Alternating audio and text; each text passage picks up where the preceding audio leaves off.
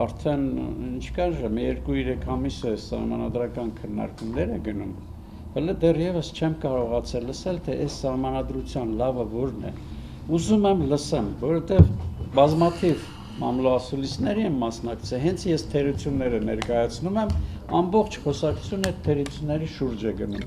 Հիմա ուզում եմ մի անգամ գոնե իմանամ, այս սահմանադրությունը ինչ դրական բան ունի։ Մարդ եմ, քաղաքացի եմ, գուցե ինձ համոզի, Պարոն Ալեքսանյանը մի օր հասկանամ էլ ես, լավը որն է այս սահմանադրության։ Ես սկսեմ և փորձելու եմ ինչքան հնարավոր է ոչ թե համոզեմ, այլ օբյեկտիվ գնահատականներ տամ, որ գուցե պարոն Իմիշյանը ինչ-որ լավ բաներ տեսնի այս սահմանադրության մեջ։ Ուրեմն հենց սկզբից ասեմ, որ սահմանադրության լավ ու վատ, կարծում եմ, քաղաքական բովանդակային առումով չի լինում, դժվար է, կարելի է տեխնիկական, գրագիտության աստիճանի, իրավական ձևակերպումների հետ կապված ասել, ուրեմն սահմանադրությունը պետք է լինի համապատասխան այդ երկրի առջև կանգնած խնդիրներին, մարտահրավերներին, հատկապես երբ որ խոսում ենք կառավարման համակարգի մասին, որտեվ այս ընթացքում իրոք ամեն մեկս է սովորեցինք, կարդացինք, ավելի խորը նայեցինք ուրիշ երկրների սահմանադրություն, միտեղ կիսանախագահական է շատ լավ երկիրը զարգանում է, միտեղ պարլամենտական առավել լավ է զարգանում, կիսանախագահաները ինչ-որ աշխատում, ուրեմն խնդիրը կայանում է դրանում, ինչ է մեզ պետք, ինչ խնդիրներ այսօր մենք ունենք եւ ինչ է տալու այս սահմանադրությունը,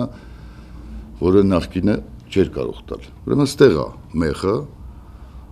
եւ բնականաբար յուրաքանչյուր սահմանադրություն, ի նկատի ունեմ յուրաքանչյուր կառավարման համակարգ ունի իր պլյուսները, իր թույլ կողմերը եւ ուժեղ կողմերը։ Եվ դրա համար սահմանադրությունը երբեմն հատկապես նորանկախ պետություններում, երբ որ երկիրը նորաստեղծվել է, նաեւ փոփոխման, զարգացման ենթակա է։ Այն ինչ նպատակով սահմանադրությունը փոխվում է, որ մենք փորձում ենք մեր ընդդիմադիրներին ասել, համոզել, հիմնավորել, որ այստեղ խնդիրը իշխանության վերարտադրության խնդիրը չի, որ լոկ դրա համար սահմանադրական փոփոխություններ չեն անում, որ դա կարելի է անել նաև հին սահմանադրությամբ շատ ավելի լավ, որ նոր սահմանադրությունը բոլոր դեպքերում հնարավորությունները ընձեռնում ինչ-որ բաների, որը հին սահմանադրությունը թույլ չի տալի պարզապես, որ խնդիրը նրանում չի, անձնավորված չի, որ 95 թվականում էլ դրանից հետո էլ սահմանադրության փոփոխությունները այդ պահին ինչքան էլ քննադատենք, ինչ-որ արդյունք են տվել։ Ինչ խնդիրներ կան այսօր մեր երկրի առջև, մենք ասում ենք, քաղաքական դաշտը կայացած չի, բոլորս ենք ասում, կայացած չի, քաղաքացիական հասարակությունը դերևս նոր ծիլեր է տալի, որ այս սահմանադրությունը, որը կիսանախագահական է, իմ անձնական համոզմամբ, ինչքան ես հասրել եմ յուրացնել այդ սահմանադրական իրավունքը, նախագահականը շատ ավելի հստակ, պարզ կառավարման մեխանիզմ է, նաև պարլամենտական էլ կան կիսանախագահականը, որտեղ կիսանախագահականի հետ կապված գուցե այդ ժամանակին տրվել է որոշակի խնդիրներ եղել, որոնք լուծել է կիսանախագահական համակարգը, բայց նրան հնարավորություն է տրվում նախագահի ամենամեծ լիազորությունները ավելին կամ հավասար նախագահականին, բայց սուբյեկտիվ գործոնի մեծացման, այսինքն անձնավորված։ Եվ առաջի հերթին խնդիրը լուծում է այս սահմանադրությունը պարտականությունների, իրավունքների եւ պատասխանատվության համաչափության հարցը ասեն ձևակերպում։ Հետո որ հարցեր կան կմանրանա։ Երկրորդը, ուրեմն հավի ու ձվի նման քաղաքական դաշտը կախված է գործող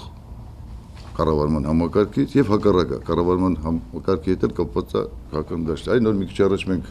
զրուցում ենք մեծամասնական ընտրությունների հետ կապված, որ մարդիկ տեղերում ձայն են տալի մարդուն, իրոք մեծամասնականը եղել է նաեւ այս շրջանում այն հանրապետական կուսակցության ասենց ասեմ այն տեղերը հիմնականում մեծամասնականով ընտրվել են, ուրեմն այս կառավարման համակարգը թույլ է տալի եւ ես համոզված եմ, որ շատ մեծամասնականով ընտրված մարդիկ կհրաժարվեն, իրենք անձամբ կհրաժարվեն ցուցակներում լինելուց, որտեվ սա չի լուծում, բայց հնարավորություն է տալի ընտրական օրենսգիրքը փոխել այնպիսին, որտեղ ամենայն դեպս կսահմանափակվի այն այսօրվա երևույթները, որի շնորհիվ մեծամասնականում ընտրվում են մարդիկ, որը այսօր մենք ասում ենք չպետք է ընտրվեին։ Ժամանակի հրամայականն է, պարոն։ Հրամայական չի ասի, բայց մենք եթե մեր հայացքները ուղղում ենք ապագային, ուրեմն ապագային, այս համանadrական փոփոխությունները կառավարման համակարգի հետ կապված լուրջ հնարավորություններ են տալիս։ Այ մի բանի մասին էլ ձեզ ասեմ, որ այս ընթացքում քիչ է խոսվել։ Մենք խոսում ենք այսօր մարզպետարանների, ես աշխատել եմ, ուրեմն գործկոմում եմ աշխատել ժամանակին, աշխատել եմ մարզպետարանում, ծանոթ եմ կառավարման համակարգին շատ մոտիկից։ Ուրեմն համայնքներ, մարզպետարան, կառավարություն, այդ շղթան այսօր իսանախագահական համակարգում եւ այդ քննադատությունները եղել է։ Մինչեւ հիմա մենք չունենք տարածքային կառավարման մասին օրենք։ Այդ համաչափությունը չի համայնքները դեռևս իմ կարծիքով խորին կայացած չեն այնպեսին, որտեղ կա համայնք, որտեղ 150 մարդ է ապրում, կա քաղաք մեծ համայնք, որտեղ ապրում է մեծ մարդ։ Ուրեմն այդ համայնք եւ մարզպետարանների ֆունկցիաները, ինչ որ մարզպետին տրված են, նա հնարավորություն չունի իր լիազորությունների սահմաններում լուծի այն խնդիրները, որպեսզի լրացնի համայնքների բացը։ Այսինքն այդ համակարգի մեջ կան խզումներ եւ այսօր կառավարման համակարգի հետ կապված նաեւ արդեն մենք օրենք ընդունեցինք, որ 1, 2, 3 մարզերում նաեւ միավորվեն համայնքները։ Շատ եմ մտածում, ուրեմն դա էլի կապված է կառավարման համակարգի համայնքների ուժեղացման, որպեսզի համայնքները ուժեղ լինեն, լուծեն իրենց արժեվ կանգնած սոցիալ-տնտեսական խնդիրները, ունենան նյութական բազա եւ այդ խզումը կառավարման այդ ամբողջ շղթայի հնարավորին չափ վերանա։ Ուրեմն պարլամենտական կառավարման համակարգում համայնքների ուժեղացումը շատ ավելի մեծ հնարավորություններ է տալիս։ Այսօր ուզենք թե չուզենք մարզպետի վրա դրվում է ինքը վերցնում է իր վրա լիազորություններ, որը իր լիազորությունները չի։ Բայց ստիպված է, որտեղ ուրիշը չկա, համայնքը չի կարող այդ խնդիրները լուծել։ Եվ դա վարչապետի գործն էլ չի։ Այսինքն չի կայացել այն ազատ շուկայական այն հարաբերությունները մեր գյուղացին այսօր ֆերմեր չի, հասկանում եք։ Գնացեք, հարցրեք, ես գյուղի հետ շփվում եմ, մեր գյուղացին ֆերմեր չի, նա դեռևս ունի կոլտնտեսականի հոգեբանություն, իհան պետք է պարարտանի 10 մինուսը 10։ Մի 5-6 անգամ հանրապետական կուսակցության ներկայացուցիչի հետ եղել եմ մամլո ասուլիսի, այդպես էլ չեմ լսել։ Չեմ լսել հեռուստատեսությամբ կամ որուցե մեկնաբանություններ։ Միակ բանը, որ ասվեց, կառավարման համակարգը փոխվում է։ Որոնք կառավարման համակարգի փոփոխության հետ կապված կարող եմ ասել հետևյալը. ոչ ոք աշխարհում դեռևս չի կարողացել ապացուցել, որ նախագահականը, կիսանախագահականը կամ պարլամենտականը ավելի լավն է, քան մյուսը։ Նա ունի, բոլորն էլ ունեն դրական եւ բացասական կողմեր, բոլորն էլ ունեն լավ եւ թերություններ։ Հիմա, եթե իշխանությունը որակ չունի, եթե չինովնիկությունը, պաշտոնյաները կող ավազակ են, ինչ համակարգ ուզում եք դրեք, որից է նշանակություն չի ունենա։ Եթե պաշտոնյաները պարկեշտ են, պրոֆեսիոնալ են, բարոյական են, աշխատում են օրենքով սահմանված կարգով, ինչքան էլ վատ լինի կառավարման համակարգը, երկիրը հնարավոր է տանել զարգացման ուղիով։ Դա ես չեմ ասել, դա հին խոսք է, գերմանական դեռ կայսերների խոսքն է, որ նշանակություն չունի կառավարման համակարգը, նշանակություն ունի ինչպիսին է կարգը, կանոնը, ինչպիսի արժեքներով է առաջնորդվում բյուրոկրատիան, պաշտոնյաները։ Սա է կարևոր, այսինքն այն խոսակցությունը, որ կառավարման համակարգի փոփոխությունը դա դրական է, դա որից է կերպ հիմնավորված չի եւ կյանքը, աշխարհը, պատմությունը ապացուցել է, որ նայել ունեն դրական եւ բացասական կողմեր։ Սա առաջինը։ Ինչ վերաբերվում է տեղական ինքնակառավարում, մարզպետ, դա 25 տարի եմ զբաղվում այդ ոլորտով, 5 մատից պես գիտեմ դրա դրական եւ բացասական կողմերը։ Մարզպետը կապ չունի տեղական ինքնակառավարման հետ եւ չպիտի ունենա, երբ որ մարզպետը սկսում է խառնվել տեղական ինքնակառավարման հարցերին, վերանում, մահանում է տեղական ինքնակառավարումը։ Այն ինչ որ տեղի է ունենում 20 տարի, 95 թվականից առ այսօր։ Մարզպետարանը ընդհանրապես պետք է վերացնել որպես անիմաստ պատահական չի, որ կառավարման տարածքային կառավարման մասին օրենք չկա, փոքր երկրներում մարզպետարաններ չպետք է լինեն։ Տեղական ինքնակառավարման 2 մակարդակ պետք է լինի համայնք շրջան եւ պետական կառավարման 1 մակարդակ։ Մեր մոտ հակառակն է։ Ուրեմն տեղական ինքնակառավարման ոլորտին որից է բան այս սահմանադրությունը չի տալիս, բացի նրանից, որ մարզպետարանների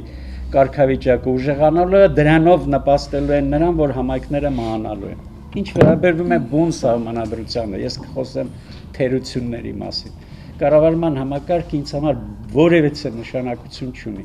Համոզված վստահ կարող եմ ասել, եթե ժամանակ լիներ, ձեզ ապացուցեի, որ որևէ խնդիր արդիական ամենասուր խնդիրներ, խնդիրներ, որոնք այսօր մեր երկրի առջև կանգնած են, այս սահմանադրությունը չի լուծում։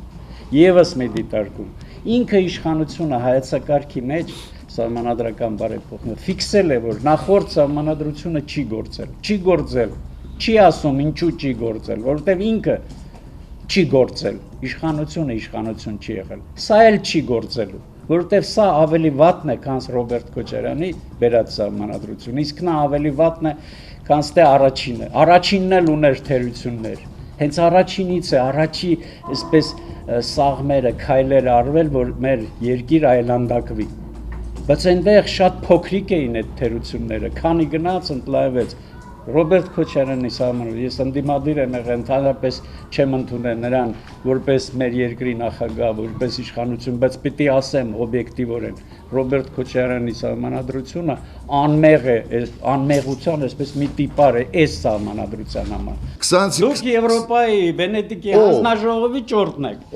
Այս սահմանադրությունը ապացուցում է, որ դուք Վենետիկի հանձնաժողովի ստրուկն եք։ Ուրեմն Վենետիկի հանձնաժողովի մասին շատ վատ ու սխալ կարծիք ունեք, նա մասնագիտական հանձնաժողովն է։ Ում է վճարում։ Այդ ձեր նմաններին է վճարում, որ այսօր դու ինձ մեքենայով քշում ես, ուրեմն ձեր նմանները կամ ձեր նմանները, ուրեմն մեզ ոչ ոք չի վճարում։ Տունս տեղս քեզ տամ քոնը ինձ տուր։ Պожалуйста, փոխեք։ Հենց հիմա։ Ուրեմն այդ վճարվողները դուք եք, լսի, որ կուսակցություն եք պահում, չգիտեմ, մյուս եք անում։ Ես պահում գրասենյակ չեմ կարում պահեմ, ոնց կուսակցություն։ Որտեղ ես կարող եք պահել, եթե այս բնավորության դերում։ Ուրեմն չի կարելի։ Չի կարելի ծայրահեղ բաներ ասել, վիրավորել։ Քանանչիներ։ Ով է այս երկրում աշխատում։ Այս երկրում ով է անկեղծ ազնիվ ձեռով դրանց հիմքն է։ Այս դրամ եմ ասում։ Այս ՀՀՇ-ի մենք 4-5 տարում ենք անենք արել, ինչքան դուք 20 տարի չենք արել։ 20 տարի չի։ 20 տարի իշխանության եք մի հրաժարվեք։ Դուք մեզ հետ միասին 95 թվին եկել եք իշխանության, ինչի եք հրաժարվում։ Չի կարելի Աշոտ Նավասարդյանի նման, Աշոտ Նավասարդյանի նման տղա չկա։ Աշոտ Նավասարդյանն ամբողջ հանրապետական կուսակցությունը այսօր մի հատ Աշոտ Նավասարդյան չարժի։ Եթե ես կարող եմ օբյեկտիվ լինել, դուք չեք կարող։ Օբյեկտիվ եք, բայց հայրում տղա, եզակի Եթե նույնիսկ այդ մի հայլու տղանում տվեք։ Չկա, Աշոտ Նավասարդյանից լավը չկա։ Բայց ձեր մյուս ամբողջ չեն համեմատելի չի։ Դասը մեկ շարունակում եք իրակով։ Հետը դագաղում 10 անգամ շուռ եք գալ։ Նստեի հետ միասին։ Ես ձեր մոտից ուզում եմ նայեմ, ձեր մոտ էլ կան հայլու մարդիկ, ասեմ դուք։ Դուք ասեք, ես ինչի ասեմ։ Ես ինչի ասեմ, դուք ժողովուրդը գնացի։ Դուք էլի քաղաքականությամբ ես զբաղվում եք, լուսանցքներում են, պայքարել են, զոհվել են, փայլուն մարդիկ եք ունեցել։ Ես անկեղծ նստում եմ, իմ կարծիքն եմ ասում, իհարկե եղել են, ով ասում չի եղել։ Բայց ես չեմ ուզում անուններ տալ, բայց ես օրինակ ձեր մեջի լավի անունը տալիս եմ, ինքս անձամբ լավագույն տղաներից մեկը Աշոտ Նավասարդյանը, եզակի տղա, ամբողջ ձեր կուսակցությունը մի հատ Աշոտ Նավասարդյան այսօր չարժի, չկա մեկը մոտիկ, մի քիչ մոտիկ չկա, մեր մեջ էլ չկա, եզակի տղա է, երկու անգամ մենք հանդիպում ենք, չգիտեմ որտեղ ես դեր մոտ եկան մահ, չկա, ես սահմանադրության նկատմամբ այիմ, ես փաստաթուղթն է, ես ձեր իշխանությանը կարող եմ և կաշարակերություն անել, նույնիսկ մարտի մեկը կարող ներեմ, ես փաստաթուղթը երբեք, որտեղ սա ազգ սպանող, ազգ ոչնչացնող փաստաթուղթ է, արժեքներ, ավանդույթներ, ընտանիք, եկեղեցի, ոչնչացնող փաստաթուղթ է, և հələ սա չեք ընդունել, Եվրոպան արդեն դեմատվ է, խտրականության մասին օրենք եք քննարկում, Քիչ էր գենդերի Դուք մասին ժողովրդավարությանը կողմնակից եք, թե ժողովրդական ժողովրդավարությունը շատ շուտվանից աշխարհով մենք դարել Չէ, դուք կողմնակիցն եք, դե խաբերություն է տա։ Ես ինձ հետաքրքիր է, դուք որպես մարդ, այս լրագրողների հետ մոտացնում եք, դուք ժողովրդավարության այսօր այդ արժեքների, ժողովրդավարական արժեքների եւ ընդհանրապես դուք քրիստոնեական դեմոկրատական դեմոկրատական չեմ, ժողովրդական եմ։ Ժողովրդական Հատուկ չի որ դեմոկրատական չեմ։ Նույն բանն է համարյա։ Չէ, ժողովրդավարական ժողովրդականությունը կողմնակից եք այսօր։ Ժողովրդավարությունը ես որպես արժեք, որպես բացարձակ արժեք ընդունում եմ։ Բայց տեսնում եմ նաև, որ այն ժողովրդավարությունը, որը արևմուտքը, մի րոպե, ժողովրդավարությունը, որը դրված է Հայաստանում, Եվրոպայում, խաբեություն է։ Եվրոպայի մասին չի խոսում։ Ես Հայաստանում եւ Եվրոպայում, եվրոպացիներն եմ բերում ժողովրդավարությունը։ Որը զերո է, ինչ կապ ունի 20 ժողովուրդը, երբ որ իշխանությունը պատկանում է ժողովրդին։ Իշխանությունը ժողովրդավարություն եմ ասում։ Ժողովրդավարությունը, երբ որ իշխանությունը պատկանում է ժողովրդին։ Ժողովրդավարությունը, Ես իշխանության մասին չեմ խոսում։ Ես ասում ժողովրդավարությունը ձեր կարծիքով։ Նաև երբ որ իշխանությունը պատկանում է ժողովրդին, ասում եմ։ Ժողովրդավարությունը իշխանության հետ կապ չունի, որակի բան։ Կարող է իշխանությունը ժողովրդավար չլինի, բայց ժողովրդավարության գաղափարը դուք չեք հասկանում։ Չէ, լսեք ասում եմ, պատասխանում եմ։ Ժողովրդավարությունը այն համակարգն է, երբ որ իշխանությունը պատկանում է ժողովրդին։ Ժողովրդավար իշխանության մասին եք դուք ասում։ Ես իշխանության մասին չեմ ասում։ Ես ձեր համակարգի մասին եմ ասում։ Ժողովրդավարությունը այդ ինչ գաղափար է, որ բանաձևն է դրան։ Դժվար է, ես ոնց որ հստակ եմ ասում։ Ես ես հասնում եմ, ժողովրդավարություն ասում եմ, ինչ եք պատկերացնում։ Ես ցնցը ժողովուրդներով կնենք։ Բռնեք որտենք մնացածների ժողովուրդները համատեղ չի, հա։ Այ քեզ բան։